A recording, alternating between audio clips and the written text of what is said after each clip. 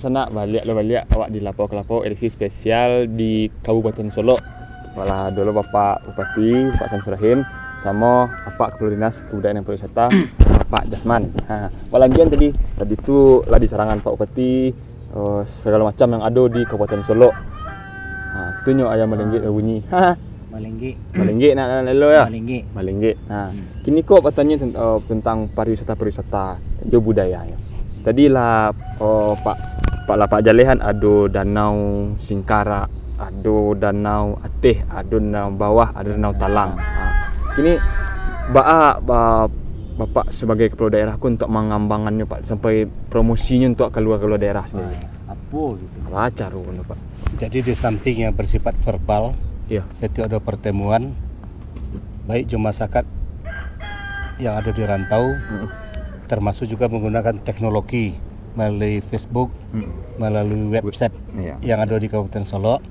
Jadi Pak selalu menginformasikan kepada dunia maya, dunia luar, melalui dunia maya, bahwa Kabupaten Solo mempunyai objek wisata yang sangat luar biasa.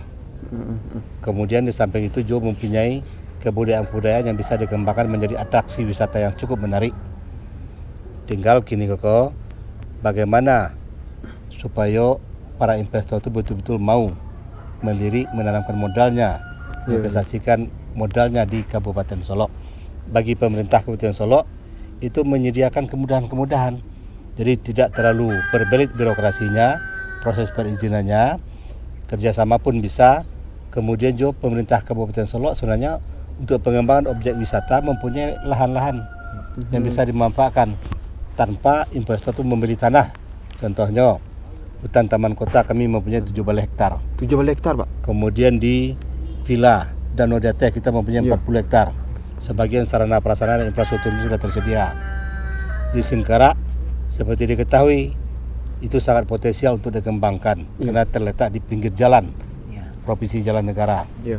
Nah, tinggal kini kok sebenarnya awak menghimbau dan mengharapkan calon investor untuk mau berkomunikasi dan mau menanamkan investasinya di Kabupaten Solo. Termasuk mau membangun fasilitas-fasilitas lain. Soalnya di petangko di adut bahasa sepeda go lah. Tur Singkara. Tur Singkara. Ya, Tur Singkara itu sudah dijadikan ikon. Kabupaten Solo, Sumatera Barat dan telah ditetapkan oleh Kementerian Pariwisata tidak akan dipindahkan. Tetap nomenklaturnya namanya tetap Tur Singkara dan tetap dilaksanakan seperti biasa. Malah tahun-tahun yang ke depan diharapkan lebih panjang rutenya, bisa menyamai Tur Langkawi. Jadi kalau memungkinkan itu diharapkan bisa sampai 1000 km yang diharapkan. Makanya untuk tahun 2012 kami sedang merencanakan dan menyiapkan kira-kira rute yang bisa ditambahkan untuk Kabupaten Solo. Sebab kabupaten lain pun menambah. Kalau Patang itu ada 2 balai kota dan kabupaten yang dilewati, mungkin tahun yang akan datang sampai 5 balai. Damansaya meminta supaya lewat Damansaya dengan sejunjung. Kemudian Pasaman pun sebenarnya meminta. Cuman apakah sesuai dengan standar yang diminta oleh panitia nanti? Jadi itu yang Tur de Singkara itu Patang Tul memang lah dulu kon mau maikian di situ Pak. Kon maikian kok berarti Kabupaten Solo lah menjadi ikon dari Tur de Singkara karena dan ada Danau Singkaranya Pak. Nah, di fasilitas di pinggir Danau Singkara apa yang akan kira-kira kemukonya yang akan dikembangkan dari pemerintah daerah sendiri? Jadi itu kan yang menjadi persoalan karena keterbatasan dana dari Pemda. Akan mengharapkan yang namanya bantuan dari pemerintah provinsi dan kabupaten. Jadi alhamdulillah tahun ini secara berangsur itulah diawali dengan normalisasi Batang Lembang di Muaronyo, Batang Lembang di Danau Singkara. Itu di daerah Sumani. Kalau normalisasi itu sudah nanti sekaligus Ambo meminta kepada pemerintah provinsi supaya dibuat jalan inspeksi mulai dari Sumani sampai dengan Singkara pinggir danau. Pak, pasti dari lo nak jalan inspeksi kau Pak. Jadi jalan yang ada di pinggiran danau atau di pinggiran sungai yang bisa diakses digunakan baik untuk kepentingan pariwisata maupun untuk kepentingan masyarakat. Iya Pak, bisa kita Pak. Selain itu Pak, mungkin event yang akan diagihkan di Kabupaten Solo untuk Indonesia lah, untuk masyarakat ya lah, mungkin event terbesar lain sebelum selain dari Turis Singkara Singkara. ada gitu Pak. Mungkin Jadi ada setiap beberapa, tahun awak jo madakan festival Danau Kembar namanya. itu, Jadi festival mungkin Danau di-connect dengan Tour de Singkara seperti yang dilaksanakan pada tahun yang lalu. Tahun petang Ini ya. Jadi iya, tahun petang. Yang tahun 2000 sebalik kok. iya. Kemudian festival Danau Kembar kok ya dilaksanakan di Villa Danau Jateh. Itu menampilkan seluruh produk-produk yang ada di Kabupaten Solok. khusus Pak. Produk komoditi yang ada, termasuk kita harapkan partisipasi dari masyarakat melalui home industry, melalui ya termasuk festival kebudayaan tadi Iya. penampilannya. Jadi termasuk petang itu dilaksanakan semacam pawai tradisi Iya. yang dilaksanakan oleh beberapa nagari. Jadi ada semacam mana namanya itu pawai budaya. Pawai budaya. Nah, jadi tahun yang akan datang tentu kita harapkan itu jauh lebih meriah, lebih besar dibandingkan dengan yang dilaksanakan kemarin. Kalau dari segi kebudayaannya Pak tadi kan pariwisata gitu kan, dari danau, dari tempat-tempat objek wisata. Kalau dari budayanya kok apa yang paling menonjol di Kabupaten Solok Pak? Ya yang nggak bisa tampilkan kalau masalah kebudayaan itu di samping persoalan adat istiadat kan seni Ya. tradisional. Coba. Nah, jadi kalau persoalan adat istiadat kebiasaan dan segalanya, ambojolah kembangkan. Ya untuk menggali potensi yang ada di nagari dilaksanakan yang namanya musyawarah tungku tigo sejarangan tali tigo sapilin. Itu yang Jadi yang melibatkan seluruh institusi masyarakat, melibatkan seluruh tokoh masyarakat, memberikan pencerahan kepada seluruh tokoh masyarakat. Bagaimana tugas dan tanggung jawab tokoh masyarakat dan masyarakat untuk membangun nagarinya dan membangun masyarakatnya. Jadi ada dini mamaknya yang ada dalam nagari, orang ampe jinih dengan seluruh penghulu-penghulu suku. Atau dini alim ulama, orang yang bergerak di bidang agama, mengajak umat kembali kepada Al-Quran dan hadis. Ya. Yang ketiga, cerdik pandai. Mulai dari pemerintahan nagari, bundo kanduangnya, PKK-nya, kelompok taninya, kemudian posyandunya, pokoknya seluruh institusi masyarakat dan tokoh masyarakat dilibatkan. Nah, jadi dalam ajang musyawarah tali tigo sapilin tunggu tigo sejarangan, dimintalah masyarakat mengungkap apa persoalan yang terjadi dan apa potensi yang ada di masing-masing nagari. Kemudian mau mereka apakan masalah itu, mau mereka bagaimana membangun masyarakat nagarinya. Silakan mereka memilih. Oh kami masalah adat kami masih nenek mama kurang pengetahuan di bidang adat, silakan laksanakan pelatihan. Kalau umpamanya di bidang agama, masyarakat mengatakan sudah langkahnya alim ulama, sudah langkahnya orang yang bisa membaca khutbah dan segalanya, laksanakan pelatihan. Nah, tugas pemerintah membantu memfasilitasi. B7 Bundo Kanduang tak tahu perannya Bundo Kanduang di tengah-tengah kehidupan masyarakat nagari, laksanakan pelatihan Bundo Kanduang. Jadi itu dari 74 nagari, alhamdulillah itu sampai 43 nagari yang berkunjungi selama setahun. Jadi mudah-mudahan tahun 2020 seluruhnya tuntas. Malah berharap sebenarnya 2000 sebalik itu tuntas. Nah, cuman apa kata kaja tidak tergantung kesiapan di lapangan. Jadi alhamdulillah Sabananyo salah satu tradisi yang sangat potensial dalam rangka membangun masyarakat di Minangkabau itu melalui musyawarah tunggu tigo serang tali tigo sapilin yang dilaksanakan oleh nenek moyang awak dulu. Tetapi sudah hilang. Nah, kenapa hilang? Karena kemajuan ilmu pengetahuan teknologi, individualisme, materialisme semakin berkembang di tengah-tengah masyarakat. Nilai gotong royong, nilai kebersamaan sudah semakin memudar.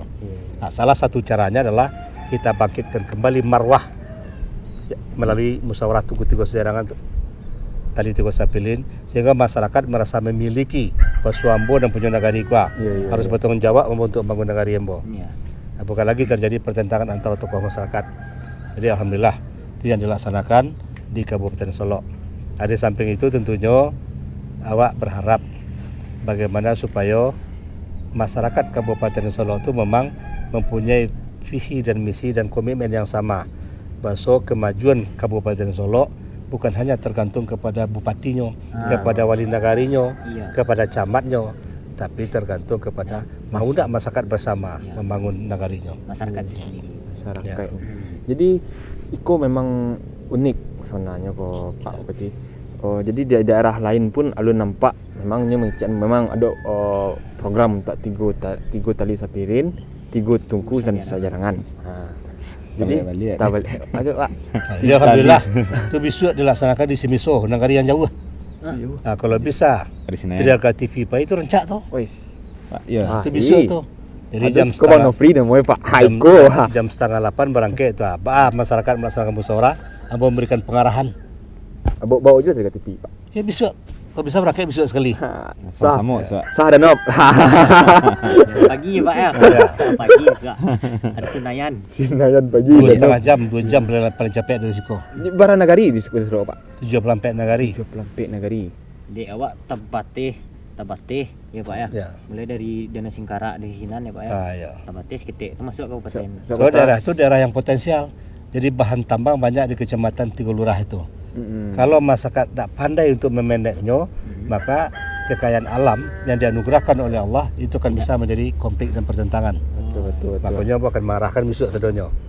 Kenapa? Karena investor yang menangkan modalnya di bidang pertambangan di BJPC itu memberikan penghargaan dalam bentuk komitmen fee kepada masyarakat. Nah, ini luar biasa nanti itu. Untuk ulatnya ada, untuk kerapatan adatnya ada, untuk nagarinya ada, untuk pemudanya ada, untuk kepentingan sosialnya ada. Iya. Nah, kalau tidak pandai-pandai masyarakat memanage itu bisa menjadi konflik. Contohnya, berapa besarnya dapat untuk nagari? Nagari sudah disepakati dapat 1.500 untuk pemerintah nagari saja. Iya.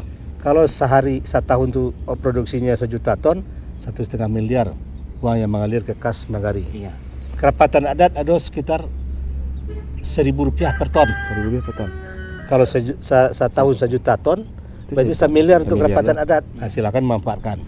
Banyak nulis lo. Nah, Itu bisa untuk membangun. bisa untuk bangun untuk kepentingan sosial, keagamaan, pendidikan dan segalanya. Ada 1.000 per ton. Nah, kalau 1 juta ton per tahun 1 miliar. Pemuda saja dapat Rp500 per ton.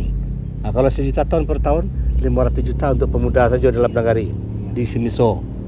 Nah, mampu tak mereka memanage itu dengan baik sehingga tidak terjadi konflik. Rasanya itu sangat mempunyai prospek yang sangat luar biasa kalau dimanage dengan baik.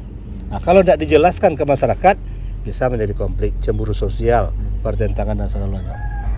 Nah, tadi kalau keinginan dari nenek mama, alim ulama itu kan khusus di nampak tadi itu kan dari segi kebudayaannya Pak ya. Kalau di segi pariwisata yang balian Pak, kerjasama dari pemerintah daerah sama nenek mama itu untuk mengembangkan pariwisata yang ada, misalnya danau sampai penginapan itu apa? Ya, makanya selalu mau menyampaikan ke masyarakat. Jadi setiap nagari mempunyai ciri dan karakter masing-masing. Ciri dan karakter itu sangat potensial untuk dikembangkan kalau masyarakatnya bersatu. Makanya melalui musyawarah tunggu 3 sejarah 3 sepilihan yang selalu mengimbau. Ternyata masih banyak sebenarnya objek-objek yang sangat potensial yang bisa dikembangkan di masing-masing nagari. Contohnya di Kotosani, ternyata di situ tuh ada potensi air mancur. Kemudian di daerah Talang, Supak dan segalanya ada potensi air panas, air dingin yang bisa dikembangkan, tetapi belum dimanage dengan sebaik-baiknya. Kemudian di daerah Sari Alhantigo, itu ada produk spesifik beras merah, beras hitam. Ada di situ produk strawberry. Kemudian di situ masyarakat juga membangun yang namanya pupuk organik. Nah, ini nagari yang mengembangkan pupuk organik pengganti pupuk buatan. Sebenarnya banyak karya-karya masyarakat yang bisa untuk mengembangkan dirinya sendiri sebenarnya. Kok lama cerita disambung apa bentuknya udah itu doh. Lebih Pak ku entah kembangnya sampai selesai kan. Apa di hari Minggu? Ayo. Ada hari libur mana? Dia ada cara lo. Iyalah. Ini bisa lemu. Pak Bupati mana lo? Saya salah nak bentuk awak malah kerajo jalan ke jalan. Jadi bagus. Nah itu doh di bayi lo anak mana gua iklan sekenek. Jadi Pak langsung bayi siapa apa? Iyalah. Kan Pak Jasman kritiknya kan.